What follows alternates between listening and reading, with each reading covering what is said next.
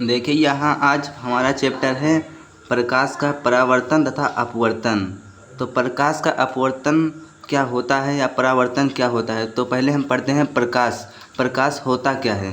तो प्रकाश प्रकाश ऊर्जा का वह स्रोत है या रूप है।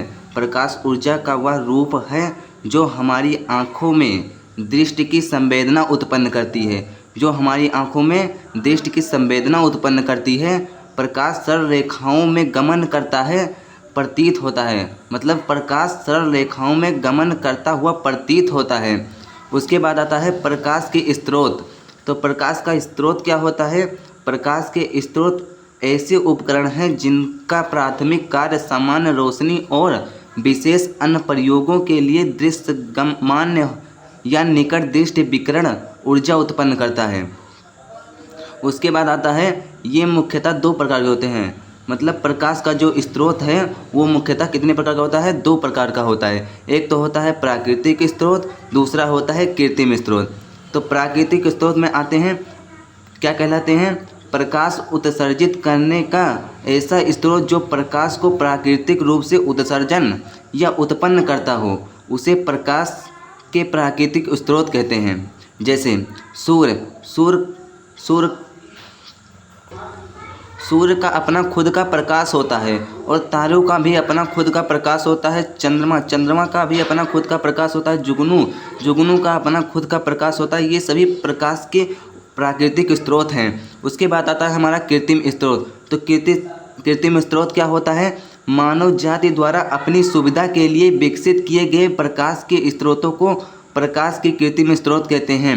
जैसे मोमबत्ती और बिजली के बल्ब इत्यादि ये सब कृत्रिम स्रोत हैं, मानव द्वारा विकसित किए गए हैं। उसके बाद हमारा आता है प्रकाश के गुण यानी प्रकाश की विशेषता। प्रकाश के गुण या विशेषता होती क्या है। प्रकाश सरल रेखाओं में चलता है। प्रकाश किस रेखाओं में चलता है।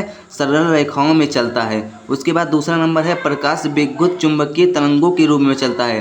प्रकाश विद्युत चुंबकीय तरंगों के रूप में भी चलता है। उसके बाद आता है प्रकाश स्वयं दिखाई नहीं देता है लेकिन इसकी सहायता से हम वस्तुएं देख सकते हैं। यानी कि प्रकाश स्वयं नहीं दिखाई देता है लेकिन हम इसकी सहायता से वस्तुएं देख सकते हैं। उसके बाद आता है हमारा 4 नंबर यानी कि प्रकाश निर्वात में भी चल सकता है। यानी प्रकाश बिना वायु में भी चल सकता है और इसकी चाल वहाँ पर 3 × 10⁸ मीटर पर सेकंड होती है। उसके बाद 5 नंबर है प्रकाश पारदर्शी माध्यम जैसे कांच वायु आदि से गुजर सकता है परंतु अपारदर्शी माध्यम जैसे लोहा लकड़ी आदि में से नहीं गुजर सकता है। यानी प्रकाश जो है पारदर्शी माध्यम से गुजर सकता है, अपारदर्शी माध्यम से नहीं गुजर सकता है। उसके बाद हमारा 6 नंबर है प्रकाश चमकदार तलों पर प्रकाश का परावर्तन होता है, ना कि अपवर्तन होता है। प्रकाश का परावर्तन होता है। उसके बाद हमारा 7 नंबर है यदि प्रकाश एक पारदर्शी माध्यम से दूसरे में जाता है तो प्रकाश का अपवर्तन होता है। यानी कि जब पारदर्शी माध्यम रहेगा तो वहाँ पर प्रकाश का क्या होगा, अपवर्तन होगा। उसके बाद हमारा 8 नंबर है दृश्य प्रकाश का तरंगदैर्घ्य 2900 एंगस्ट्रॉम से 7800 एंगस्ट्रॉम तक होती है। यानी प्रकाश का तरंगदैर्घ्य कितना होता है, 2900 एंगस्ट्रॉम से 7800 एंगस्ट्रॉम तक होती है। उसके बाद नेक्स्ट हमारा आता है गोलीय दर्पण। गोलीय दर्पण से संबंधित प्रमुख पद हैं। तो प्रमुख पद क्या क्या है। गोलीय दर्पण में वक्रता केंद्र C और ध्रुव को P कहा जाता है और मुख्य अक्ष और वक्रता त्रिज्या R होती है। उसके बाद मुख्य फोकस दूरी F से प्रदर्शित करते हैं। उसके बाद फोकस तल होता है। उसके बाद हमारा आता है फोकस दूरी व वक्रता त्रिज्या में संबंध। तो फोकस दूरी और वक्रता त्रिज्या में संबंध क्या है कि गोलीय दर्पण की फोकस दूरी उसकी वक्रता त्रिज्या की आधी होती है। यहाँ पर गलत लिखा हुआ है, वक्रता त्रिज्या की क्या होती है, आधी होती है। यानी F बराबर R/2 यानी F बराबर क्या हो जाएगा हमारा R/2 हो जाएगा। उसके बाद क्या है गोलीय दर्पण में UV यानी वस्तु की दूरी और भी प्रतिबिंब की दूरी तथा F में संबंध क्या है। तो गोलीय दर्पण में 1/U + 1/V = 1/F एफ होता है रेखीय आवर्धन। प्रतिबिंब की लंबाई तथा वस्तु की लंबाई के अनुपात को रेखीय आवर्धन कहते हैं। अतः रेखीय आवर्धन बराबर क्या होता है, प्रतिबिंब की लंबाई आई और वस्तु की लंबाई ओ, यानी यम बराबर हमारा क्या हो जाएगा, आई अपान ओ हो जाएगा। उसके बाद अब आता है हमारा अपवर्तन के नियम। तो अपवर्तन के दो नियम हैं। नंबर 1, इसे स्नेल का नियम भी कह सकते हैं और इसे sine i upon sine r बराबर 1, यहाँ पर लिख सकते हैं 1 n इंटू भी लिख सकते हैं। उसके बाद हमारा जो साइन आई का क्या है, आपतन कोण है। उसके बाद साइन आर क्या है, हमारा अपवर्तन कोण है। अपवर्तनांक क्या होता है, आपतन कोण की जा, क्या है, आपतन कोण की जा योम अपवर्तन कोण की जा के अनुपात को अपवर्तनांक कहते हैं। इसे यू से प्रदर्शित करते हैं। उसके बाद हमारा क्या है, यानी 1u बराबर sine i upon sine r. उसके बाद क्या है, स्टार में दिया हुआ है कि समांतर पार्श्व वाले कई माध्यमों से गुजरने पर प्रकाश का अपवर्तन। तो प्रकाश का अपवर्तन कई माध्यमों से जब गुजरेगा, जैसे यहाँ ए यानी वायु से जब गुजरेगा किसमें, जल में, वाटर यानी जल में गुजरेगा। उसके बाद क्या है, इंटू, उसके बाद वाटर से जब गुजरेगा किसमें, ग्लास यानी कांच में गुजरेगा। उसके बाद क्या है, इंटू ग्लास से जब वायु में गुजरेगा। तो इन सभी के बीच संबंध क्या है, इसका मान क्या आ जाएगा, 1 आ जाएगा। उसके बाद कांच की गुटके का अपवर्तनांक ज्ञात करने की प्रायोगिक विधि। तो प्रायोगिक विधि क्या है, AUG बराबर sine i upon sine r, या हम लिख सकते हैं इसको AUG बराबर हवा में लंब, यानी साइन आई क्या है, हवा में लंब है। उसके बाद साइन आर क्या है, हमारा कांच में लंब है। उसके बाद आता है हमारा लेंस। तो लेंस क्या होता है, लेंस सूत्र हम पहले देखते हैं। तो लेंस यू, यानी लेंस में जो यू होता है वो क्या होता है, हमारा वस्तु की दूरी होता है, और भी क्या होता है, हमारा प्रतिबिंब की दूरी होता है। वह यफ में निम्न संबंध को लेंस सूत्र कहते हैं। मतलब इसके जो संबंध होता है यू भी व यहाँ पर यू भी व यफ में निम्न संबंध होता है, इसको संबंध क्या कहता है, लेंस सूत्र कहते हैं। उत्तल या अवतल लेंस के अपवर्तन के लिए जो सूत्र होता है वह सूत्र है 1/(1/v-1/u। उसके बाद क्या है, यदि दर्पण से वस्तु की दूरी भी तथा प्रतिबिंब की दूरी, वस्तु की दूरी यहाँ पर u, उसके बाद प्रतिबिंब की दूरी भी हो, तब रेखीय आवर्धन m बराबर आई डैश यानी आई अपान ओ डैश यानी ओ बराबर h डैश अपान h बराबर -v/u रहेगा। यहाँ जब लेंस की बात आएगी तो -v/u रहेगा, दर्पण में प्लस रहता है। उसके बाद हम एग्जाम्पल देखते हैं, यानी इन सूत्रों पर आए एग्जाम्पल देखते हैं। एग्जाम्पल क्या दिया हुआ है, यदि किसी ऑटोमोबाइल में पीछे का दृश्य देखने के लिए उपयोग होने वाले उत्तल दर्पण की वक्रता त्रिज्या 3 मीटर है। यदि एक बस इस दर्पण में 5 मीटर की दूरी पर स्थित हो, 5 मीटर की दूरी पर स्थित हो, तो प्रतिबिंब की स्थिति, प्रकृति तथा साइज ज्ञात कीजिए। यानी हमें दिया क्या हुआ है, वक्रता त्रिज्या कितनी दी हुई है, 3 मीटर दी हुई है, यानी आर का मान कितना दिया हुआ है, 3 मीटर दिया हुआ है। और बिंब की दूरी यानी प्रतिबिंब की दूरी हमें क्या करना है, ज्ञात करना है। और क्या दिया हुआ है, हमें प्रतिबिंब की ऊंचाई आई डैश भी हमें ज्ञात करना है। और उसके बाद क्या है, फोकस दूरी एफ बराबर क्या होता है, आर अपान 2 होता है। तो हम यहाँ से हमारा वक्रता त्रिज्या क्या दी हुई है, 3 मीटर दी हुई है। तो यहाँ से हम एफ का मान निकाल लेंगे, तो एफ का मान कितना आ जाएगा, 1.50 मीटर आ जाएगा। उसके बाद क्योंकि उत्तल दर्पण की जो फोकस दूरी होती है वो पीछे है, यानी कि क्या, जो फोकस दूरी होती है वो हमारी प्लस में होगी। तो दर्पण सूत्र से हम ज्ञात करेंगे किसका मान, भी का मान ज्ञात करेंगे, यानी बिंब की दूरी ज्ञात करेंगे। तो यहाँ से उत्तल दर्पण से किसका मान रखा गया, तो यहाँ पर देखिए हमारा जो फोकस दूरी हम निकाले थे कितना, 1.50 मीटर। तो यहाँ पर हम फोकस दूरी कितना रख दिए, 1.50 मीटर। और जो हमारा ऑटोमोबाइल से एक बस पीछे स्थित था तो कितनी दूरी पर स्थित था, 5 मीटर पर दूरी स्थित था। यानी वस्तु की दूरी u, तो u हमारा कितना है, 5 मीटर है। तो जब हम इसको इधर लाएंगे तो यहाँ पर जो हमारा जो बस की दूरी है यानी वस्तु की दूरी है, वो वस्तु की दूरी यानी प्लस में होगी। तो यहाँ पर जब इधर को आएगा, सॉरी, वस्तु की दूरी माइनस में होगी, तो यहाँ हम माइनस में रखेंगे तो ये हमारा प्लस में हो जाएगा। जब इसको इधर करेंगे यानी इधर राइट साइड लाएंगे तो यहाँ पर हो जाएगा हमारा माइनस में हो जाएगा। तो जब इसको सॉल्व करेंगे तो हमारा उत्तर कितना आ जाएगा, भी का मान 1.15 मीटर आ जाएगा। उसके बाद कह रहा है कि प्रतिबिंब दर्पण के पीछे 1.15 मीटर की दूरी पर है, तो आवर्धन m बराबर H dash upon H H. तो H dash upon H H बराबर क्या होता है, भी अपान यू होता है। उसके बाद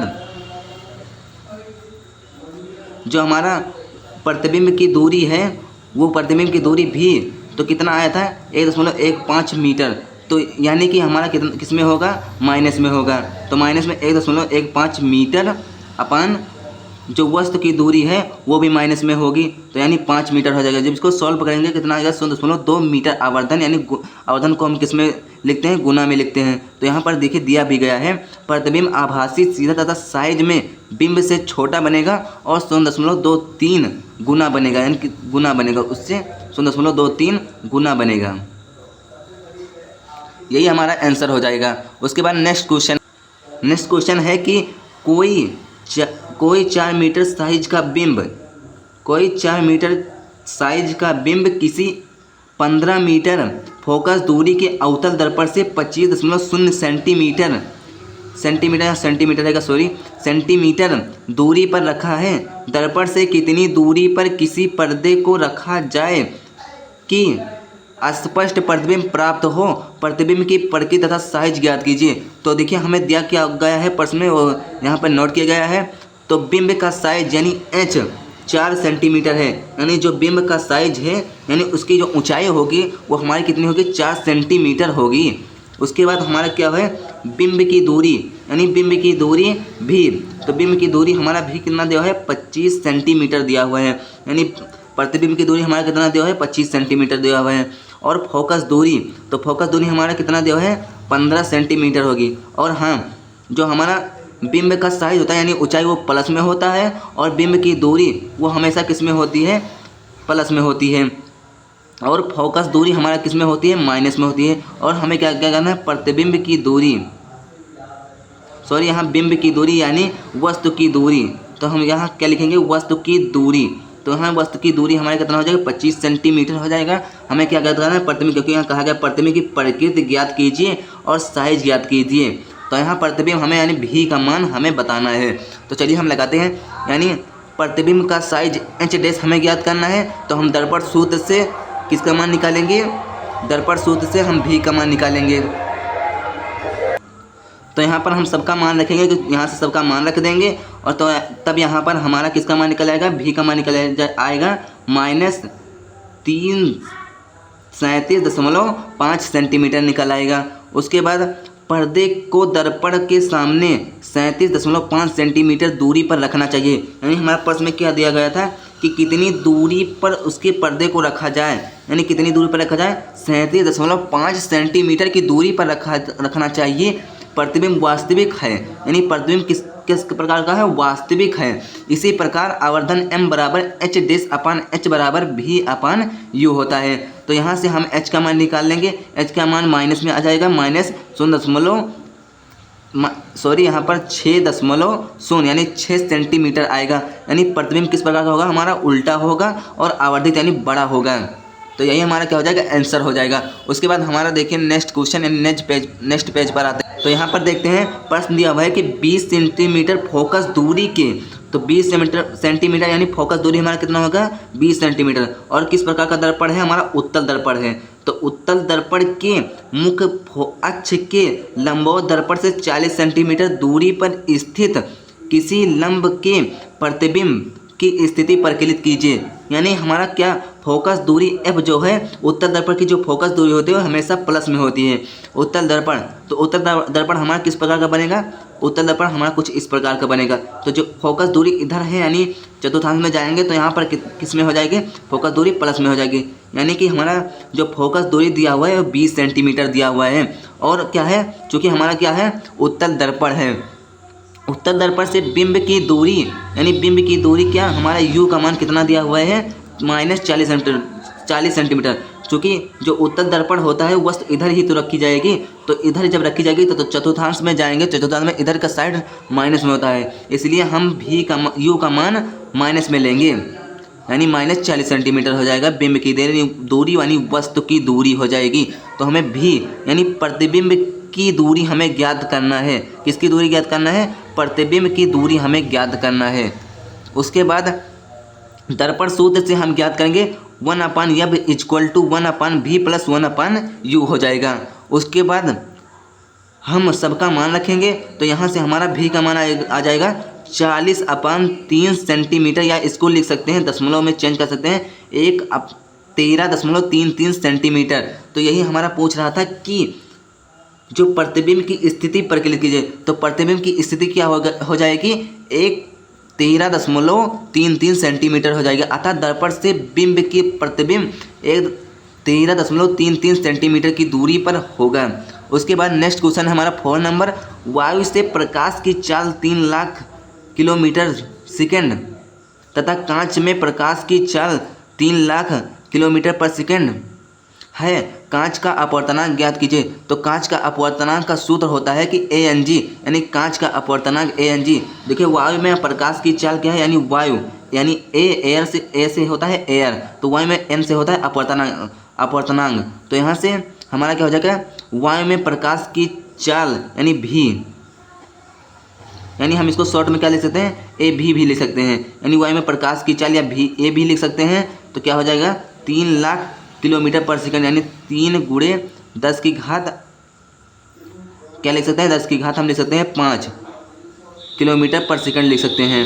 उसके बाद हमारा क्या जो है कांच में प्रकाश की चाल यानी VG, यानी कि ये V का मान होता है हमारा चाल कहते हैं इसको, और ये G यानी ग्लास। तो इसमें क्या हो जाएगा कांच में प्रकाश की चाल कितना है 2 लाख, यानी 2 × 10 की घात 5 भी लिख सकते हैं किलोमीटर प्रति सेकेंड।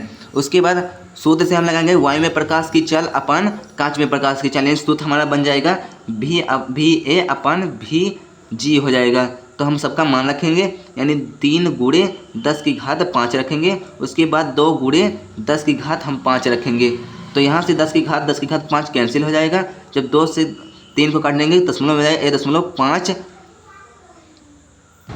यही हमारा आंसर हो जाएगा 1.5। देखिए हम नेक्स्ट पेज पर दिया भी गया है कि 3/2, या इसको भी हम लिख सकते हैं दशमलव चेंज करके 1.5 भी लिख सकते हैं, यही हमारा आंसर हो जाएगा।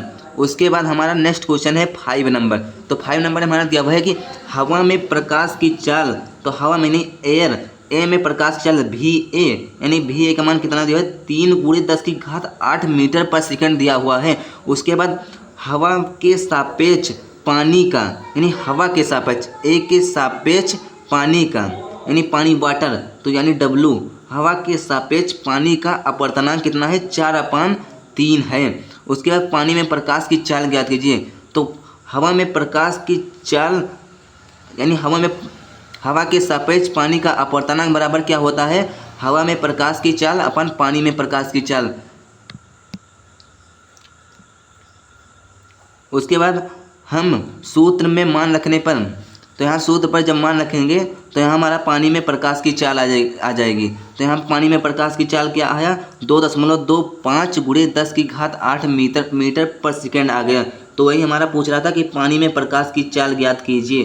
तो इस सूत्र से हमारा क्या निकला, हम पानी में प्रकाश की चाल को इधर ले आए और 4/3 इधर कर दिए। इसी प्रकार हमारा क्या निकल आया पानी में प्रकाश की चाल। उसके बाद नेक्स्ट क्वेश्चन हमारा 6 नंबर दिया हुआ है कि किसी अवतल लेंस, कौन सा लेंस है हमारा अवतल लेंस किस प्रकार बनेगा, अवतल लेंस हमारा इस प्रकार बनेगा। देखिए यहाँ पर अवतल लेंस इस प्रकार हमारा बनेगा। तो कह रहा है कि किसी अवतल लेंस की फोकस दूरी 15 सेंटीमीटर हो, कितनी सेंटीमीटर हो 15 सेंटीमीटर पर रखे, 15 सेंटीमीटर है। बिंब के लेंस से कितनी दूरी पर रखे कि इसके द्वारा बिंब का लेंस से 10 सेंटीमीटर दूरी पर प्रतिबिंब बने लेंस द्वारा उत्पन्न आवर्धन भी ज्ञात कीजिए। तो यहाँ पर अवतल लेंस में सदैव यानी अवतल लेंस द्वारा सदैव यह आभासी यानी जो अवतल लेंस होता है यहाँ पर प्रकाशिक केंद्र होता है। देखिए यहाँ पर ध्यान से, यहाँ पर होता है प्रकाशिक केंद्र, जो हमारा किरणें होती हैं ये हमारा मुख्य अक्ष हो गई। और जब यानी अवतल लेंस द्वारा सदैव हुए आभासी प्रतिबिंब बनता है, तो यहाँ पर देखिए हमारा वस्तु इधर ही बनेगा ना कि इधर बनेगा। तो इससे हमारा जो किरणें होती हैं या डैश डैश करके होती हैं यानी आभासी प्रतिबिंब बनेगा। उसके बाद कह रहा है कि सीधा प्रतिबिंब बनता है। जो हमारा अवतल लेंस होता है उसमें हमेशा सीधा प्रतिबिंब बनता है। तो हमारा क्या है उसी ओर बनता है यानी उसी ओर इस जिस तरफ वस्तु रखी जाए उसी तरफ ही बनता है। तो हमारा दिया क्या गया है प्रतिबिंब की दूरी। तो प्रतिबिंब की दूरी यानी हम भी से प्रदर्शित करते हैं, तो हमारा भी का मान हो जाएगा -10 सेंटीमीटर यानी इधर बनेगा तो माइनस में होगा -10 सेंटीमीटर होगा। उसके बाद फोकस दूरी, तो फोकस दूरी हमारा एफ तो किस तरफ होगा, फोकस दूरी हमारा मेन फोकस इस तरफ होगा, अवतल लेंस के इस तरफ होगा, मेन फोकस दूरी इधर होगी। ये ध्यान दीजिएगा यानी प्लस में होगी। सॉरी यहाँ F2 होता है, यहाँ F1 होता है। तो यहाँ पर F1 का मान यानी मुख्य फोकस कितना होता है, F1 यानी मुख्य फोकस इसको हम मानते हैं। जब यहाँ पर प्रतिबिंब बनेगा तो यहाँ यही हमारा मुख्य फोकस होगा। तो यानी कि जब इधर है तो यहाँ पर -15 सेंटीमीटर लिया जाएगा। उसके बाद अगला हमारा क्या है बिंब की दूरी। तो बिंब की दूरी हमें क्या ज्ञात करना है, बिंब की दूरी यानी U का मान हमें ज्ञात करना है। U का मान हमें क्या करना है, ज्ञात करना है। तो लेंस सूत्र से हम ज्ञात करेंगे 1/f = 1/v - 1/u। तो हम यहाँ पर सबका मान रखेंगे जो हमारा दिया गया है, तो वहाँ से हम सबका मान रखेंगे। इसी प्रकार जो बिंब की दूरी होती है यानी जो बिंब की दूरी होती है वो 30 सेंटीमीटर बनेगी, वो भी माइनस में बनेगी। तो बिंब की दूरी यानी वस्तु की दूरी कितनी दूरी पर बनेगी, 30 सेंटीमीटर पर दूरी बनेगी। आवर्धन क्षमता, यदि हम आवर्धन क्षमता ज्ञात करते हैं तो आवर्धन क्षमता m = v/u होता है। तो v का मान हमारा कितना आया, सॉरी u का मान कितना आया 30 सेंटीमीटर, तो 30 सेंटीमीटर रख दिए। और v का मान कितना है 10 सेंटीमीटर, दोनों माइनस में होगा। तो यहाँ से हम 1 शून्य से 1 शून्य काटेंगे, अब आ जाएगा 1/3 यानी 0.33 सेंटीमीटर। ये इतना गुना बनेगा, कितना गुना बनेगा 0.33 गुना बनेगा। यही हमारा हो जाएगा आंसर। और यहाँ दिया होगा है कि यहाँ धनात्मक चिन्ह यह दर्शाता है कि प्रतिबिंब सीधा, जो हमारा ये प्लस में आया यानी जो माइनस माइनस ये हो जाएगा प्लस, तो यहाँ हो जाएगा ये प्लस में आया, तो ये हमें दर्शाता है यानी ये हमें यह प्रदर्शित करता है कि प्रतिबिंब किस प्रकार बनेगा, सीधा बनेगा तथा आभासी है, आभासी भी बनेगा यानी आभासी बनेगा ना आभासी बनेगा। तो प्रतिबिंब का साइज बिंब के साइज का 1/3 हिस्सा बनेगा। उसके बाद नेक्स्ट क्वेश्चन हमारा 7 नंबर दिया हुआ है कि 4 सेंटीमीटर लंबा कोई बिंब 24 सेंटीमीटर फोकस दूरी के उत्तल लेंस के मुख्य अक्ष के लंबवत स्थित है। बिंब की लेंस से दूरी 16 सेंटीमीटर है। लेंस सूत्र का उपयोग करके प्रतिबिंब की स्थिति, साइज एवं प्रकृति ज्ञात कीजिए। तो हम यहाँ हल करते हैं क्वेश्चन को। तो बिंब की लंबाई या ऊंचाई h हमारा कितना दिया +4 यानी प्लस में लेंगे इसको तो +4 सेंटीमीटर हो जाएगा। यानी उत्तल लेंस की जो ऊंचाई होती है बिंब की यानी वस्तु की जो ऊंचाई होती है वो 4 सेंटीमीटर यानी प्लस में होगी। और फोकस दूरी क्या होगी 24 सेंटीमीटर होगी। फोकस दूरी किस प्रकार होगी 24 सेंटीमीटर होगी। उसके बाद हमारा दिया हुआ है कि जो बिंब की दूरी है, बिंब की दूरी, तो बिंब की दूरी हम u यानी कि -16 सेंटीमीटर और प्रतिबिंब की दूरी हमें भी ज्ञात करना है, वही कुछ भी ज्ञात करना है। उसके बाद प्रतिबिंब की ऊंचाई h डैश यानी प्रतिबिंब की ऊंचाई, हमें वो वस्तु की ऊंचाई दी गई थी, ये प्रतिबिंब की ऊंचाई हमें h डैश ज्ञात करना है। उसके बाद हम लेंस सूत्र से किसका मान निकाल लेंगे, लेंस सूत्र से हम भी का मान यानी प्रतिबिंब की जो दूरी है वो आ जाएगी -48 सेंटीमीटर। चूँकि ये माइनस में रहेगा यानी निकालने पर वैसे भी माइनस में आएगा, यानी कि हमारा हो जाएगा -48 सेंटीमीटर ये बिंब की दूरी हो गई यानी प्रतिबिंब की दूरी हो गई। उसके बाद आवर्धन सूत्र से हम निकाल लेंगे h का मान। तो आवर्धन सूत्र m = h डैश/h = v/u होता है। तो या हम इसको लिख सकते हैं, जब मान रखेंगे तो कुछ इस प्रकार से मान रखेंगे, भी का मान रखेंगे -48, यू का मान रखेंगे -16, एच डैश का मान हमें निकालना है चूँकि प्रतिबिंब की ऊंचाई हमें निकालना है, और एच का मान रखेंगे 4 जो कि दिया हुआ है +4 सेंटीमीटर दिया हुआ है। तो यहाँ पर हमारा एच डैश का मान कितना आ जाएगा 12 सेंटीमीटर। अतः जो प्रतिबिंब प्रकाशित केंद्र के बाईं ओर 48 सेंटीमीटर पर बनता है, क्योंकि भी ऋणात्मक है, जो भी का मान आया है हमारा कितना -48 सेंटीमीटर, वो भी ऋणात्मक है, और क्योंकि भी ऋणात्मक है तो प्रतिबिंब का साइज बड़ा 3 गुना बनेगा। तो प्रतिबिंब का साइज जो होता है वो 3 गुना बनेगा, तथा इसकी प्रकृति आभासी व सीधी है। तो इसकी जो प्रकृति होगी वह आभासी व सीधी होगी। उसके बाद नेक्स्ट क्वेश्चन हमारा दिया हुआ है कि 5 सेंटीमीटर लंबाई की एक वस्तु को 20 सेंटीमीटर फोकस दूरी के एक उत्तल लेंस के केंद्र से 30 सेंटीमीटर दूरी पर रखा जाता है। तो प्रतिबिंब की स्थिति तथा आकार ज्ञात कीजिए। हमें क्या करना है, प्रतिबिंब की स्थिति और आकार ज्ञात करना है। तो चलिए हम हल करते हैं। उत्तल लेंस की जो फोकस दूरी होती है वो प्लस में होती है, यानी प्लस में क्या दिया हुआ है 20 सेंटीमीटर हमारा फोकस दूरी दिया हुआ है। उसके बाद वस्तु की लंबाई ओ, यानी वस्तु की लंबाई जो होती है ओ 5 सेंटीमीटर दिया हुआ है, और वस्तु की दूरी भी कितना दिया हुआ है, वस्तु की दूरी यू कितना दिया हुआ है -30 सेंटीमीटर, क्योंकि जो उत्तल लेंस होता है हमेशा, उत्तल लेंस हो चाहे अवतल लेंस हो, उसकी जो वस्तु की दूरी होती है वो हमेशा माइनस में होती है। और हमें क्या ज्ञात करना है आई डैश, यानी हमें क्या करना है प्रतिबिंब की स्थिति ज्ञात करना है, यानी प्रतिबिंब की लंबाई ज्ञात करना है आई डैश, और हमें प्रतिबिंब की स्थिति भी ज्ञात करना है।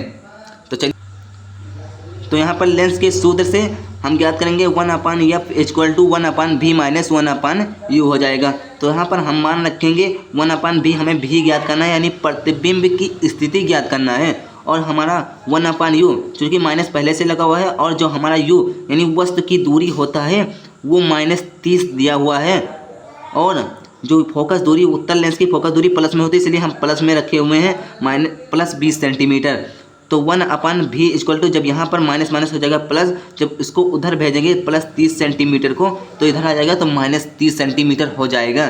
तो यहाँ पर जब इसका लासा लेंगे तो इसका लासा आ जाएगा 60, 20 3 60 हो जाएगा, और 30 दूना 60, यहाँ जब 3 में से 2 घटाएंगे 1/60 आ जाएगा। यानी जो भी का मान है वो हमारा +60 सेंटीमीटर आया।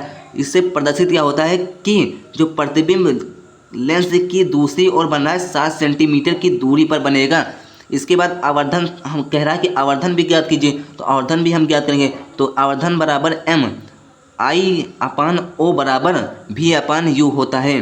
तो यहाँ पर I का मान हमें ज्ञात करना है, यानी प्रतिबिंब की लंबाई, यानी प्रतिबिंब की लंबाई आई डैश हमें ज्ञात करना है, और